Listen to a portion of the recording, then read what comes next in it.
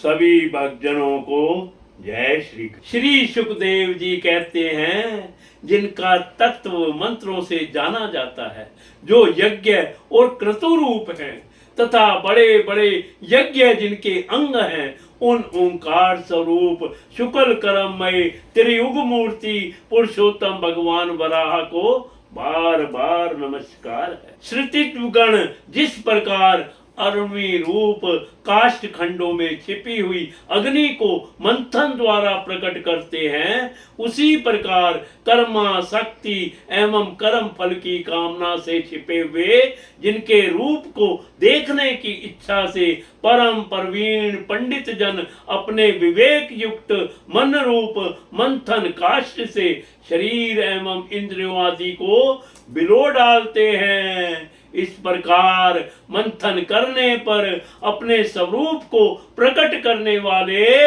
आपको नमस्कार है।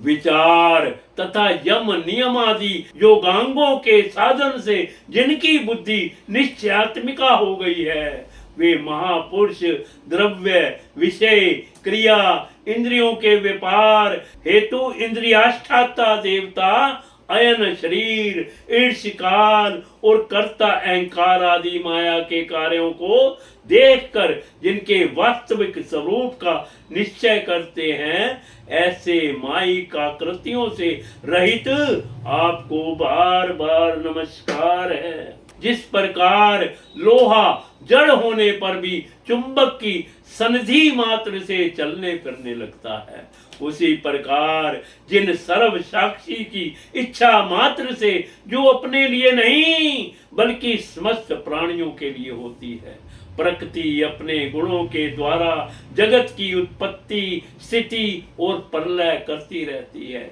ऐसे संपूर्ण गुणों एवं कर्मों के साक्षी आपको नमस्कार है। आप जगत के कारण भूतादि शुक्र हैं। जिस प्रकार एक हाथी दूसरे हाथी को पछाड़ देता है, उसी प्रकार गजराज के समान क्रीड़ा करते हुए आप युद्ध में अपने प्रतिद्वंदी हिरण्याक्ष दैत्य को दलित करके मुझे अपनी दाढ़ की नोक पर रखकर रसातल से प्रलय पयोधि के बाहर निकले थे।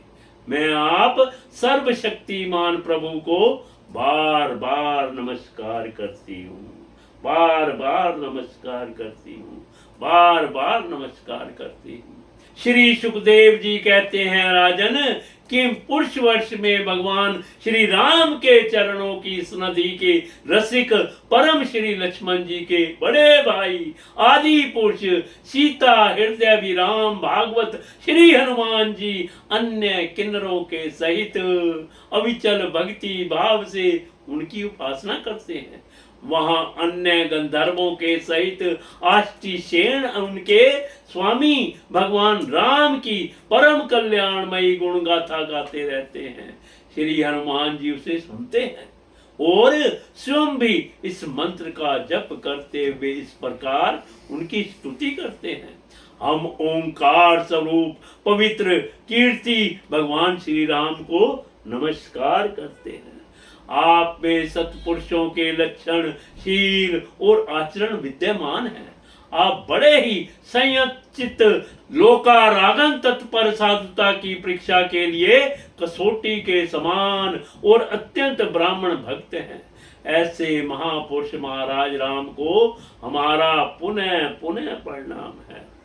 भगवान आप विशुद्ध बोध स्वरूप अद्वितीय अपने स्वरूप के प्रकाश से गुणों के कार्य रूप जागृत आदि संपूर्ण अवस्थाओं का निराश करने वाले सर्वांतरात्मा परम शांत शुद्ध बुद्धि से ग्रहण किए जाने योग्य नाम रूप से रहित और अहंकार शून्य है।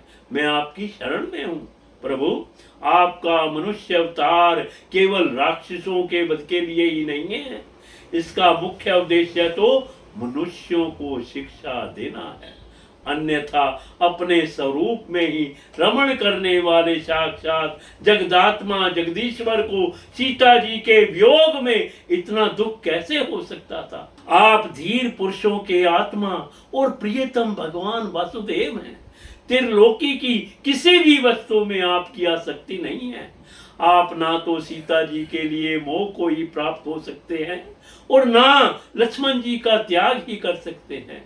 आपके ये व्यापार केवल लोक शिक्षा के लिए ही है। लक्ष्मणाग्रज उत्तम कुल में जन्म, सुंदरता, वाक चातुरी, बुद्धि और श्रेष्ठ योनि, इनमें से कोई भी गुण आपकी प्रसन्नता का कारण नहीं हो सकता। यह बात दिखाने के लिए ही आपने इन सब गुणों से रहित हम वनवासी वानरों से मित्रता की है। देवता, असुर, वानर अथवा मनुष्य कोई भी हो, उसे सब प्रकार से श्री राम रूप आपका ही भजन करना चाहिए, क्योंकि आप नर रूप में साक्षात श्री हरि ही हैं और थोड़े किए को भी बहुत अधिक मानते हैं। आप ऐसे आश्रित वत्सल हैं कि जब स्वयं दिव्य धाम को सिधारे थे तब समस्त उत्तर कोशक वासियों को भी अपने साथ ही ले गए थे। भारतवर्ष में भी भगवान दयावश नर नारायण रूप धारण करके संयमशील पुरुषों पर अनुग्रह करने के लिए अव्यक्त रूप से कल्प के अंत तक तप करते रहते हैं। उनकी यह तपस्या ऐसी है कि जैसे धर्म, ज्ञान, वैराग्य, ऐश्वर्य, शांति और उपरति की उत्तरोत्तर वृद्धि होकर अंत में आत्म स्वरूप की उपलब्धि हो सकती है।